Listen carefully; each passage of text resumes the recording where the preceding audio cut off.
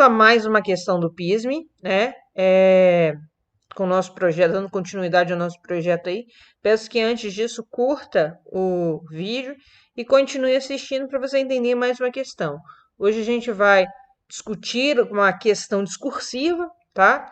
Essa questão discursiva, ela diz o seguinte: as bolinhas de gelatina podem ser facilmente encontradas no supermercado. Elas contêm grande quantidade de açúcar, sacarose, C12H22O11, que, em contato com a solução de cloreto de potássio, sofre a seguinte reação. Aí está dando a reação aqui, uma reação que está balanceada. A letra A pede-se, calcule a variação de entalpia envolvida na reação entre a sacarose e a solução de cloreto de potássio, tá? Vou só me tirar daqui para ficar mais fácil vocês visualizarem. Então, a primeira coisa é calcular a variação. O que eu vou fazer para fazer esse cálculo de variação? Bom, eu primeiro tenho que calcular a entalpia do produto, tá? Então, eu vou fazer isso, né? Eu vou usar os coeficientes aqui e multiplicar pelos valores que estão dados aqui. Então, é 8, KCl vai ser 8 vezes menos 436, mais 12 vezes menos 394 e mais 11 vezes 242. Então, eu teria essa expressão aqui. Fazendo essa continha, resolvendo essa questão, eu vou achar um valor de menos 10.878 kJ por mol. A mesma coisa eu vou fazer para o meu reagente. Vou calcular 8 vezes o valor de entalpia do clorato de potássio, mas a mais a entalpia da sacarose. Então, a entalpia do meu reagente vai ser 8 vezes 312 mais menos 2.222. Fazendo a continha, a gente vai achar um valor de 298. O que a gente tem que lembrar agora? Que entalpia, a variação da entalpia vai ser a entalpia do reagente menos a entalpia do produto. Então, menos 10.878 menos, né? Que aqui tem menos mais, vai dar menos 298. Então, fazendo a continha aqui, você vai encontrar um valor de 11.176 kJ por mol, tá? Então, a variação da entalpia da reação é de menos 11.176 kJ por mol. A letra B diz o seguinte, pergunta o seguinte, né?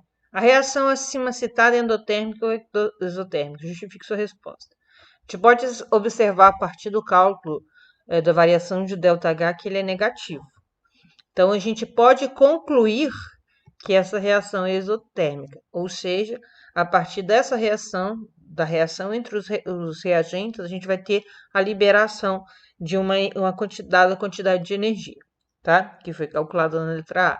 Então, como a sugestão de resposta seria o seguinte: a reação acima é uma reação exotérmica, pois a partir dos cálculos da questão anterior, podemos observar que a entalpia é negativa, sendo assim, ocorre liberação de calor na reação.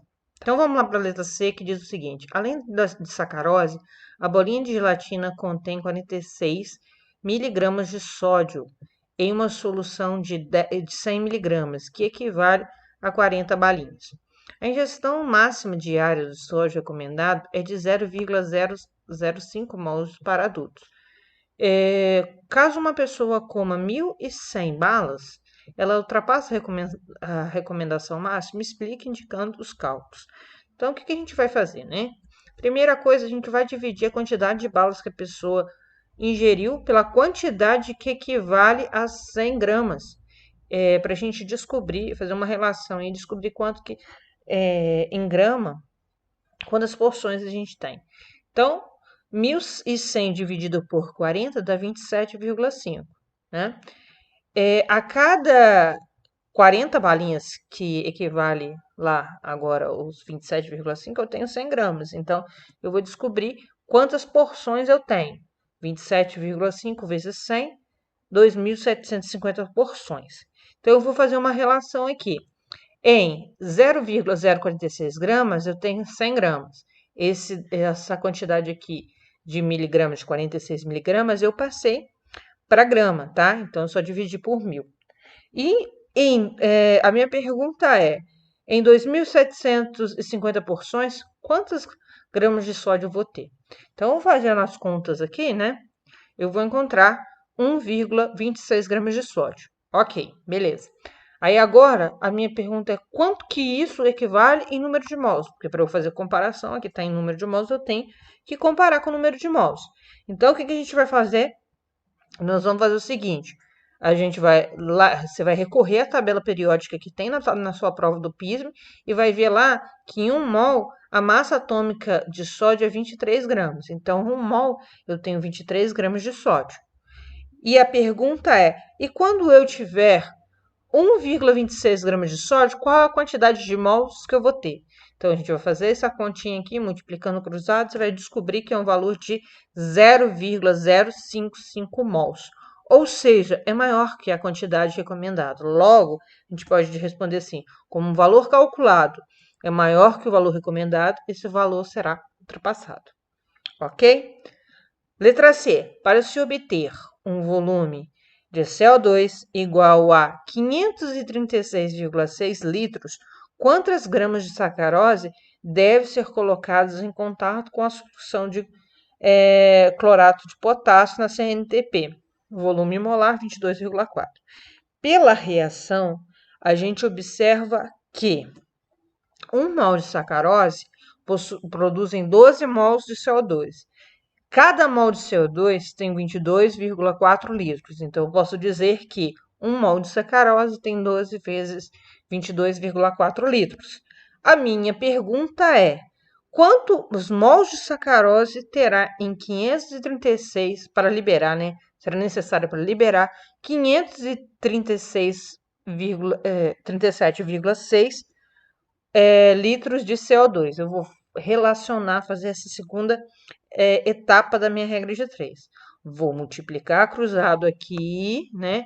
E vou achar o número de mols de sacarose, que vai ser igual a 2 mols de sacarose. Mas, tá perguntando massa, não tá perguntando em gramas aqui. Então, tá perguntando a massa, certo? Então, o que eu vou fazer agora? Eu vou utilizar o seguinte, eu vou, pela massa molecular da sacarose, que é só a gente voltar lá atrás e calcular, né, C11, aquela formulinha lá, e calcular a quantidade de carbono vezes 12, mais a quantidade de hidrogênio vezes 1, mais a quantidade de oxigênio vezes 16, a gente vai descobrir que em um mol de sacarose tem 342 gramas. Então, eu posso dizer que, lembrando, só escrevendo aqui, ó, lembrando que número de mols, o que é um número de mols? É igual a massa dividido pela massa molecular do composto. Por isso que eu fiz essa continha lá na tabela periódica, tá bem? Então, 2 mols é igual a massa dividido por 342, que é a massa da sacarose. Fazendo a continha ali, a gente vai descobrir que a massa de sacarose é de 684 gramas. Então, deve colocar em contato com clorato de potássio 642 gramas de sacarose para se produzir 537,6 litros de CO2. Tá bem? Eu espero que vocês tenham entendido a questão. Deixa aí nos comentários se ficou alguma dúvida, se teve alguma parte que vocês não entenderam. Eu respondo. Se inscreva no canal se ainda não é inscrito. Ativa o sininho para receber as notificações dos vídeos aqui postados. E o meu muito obrigado.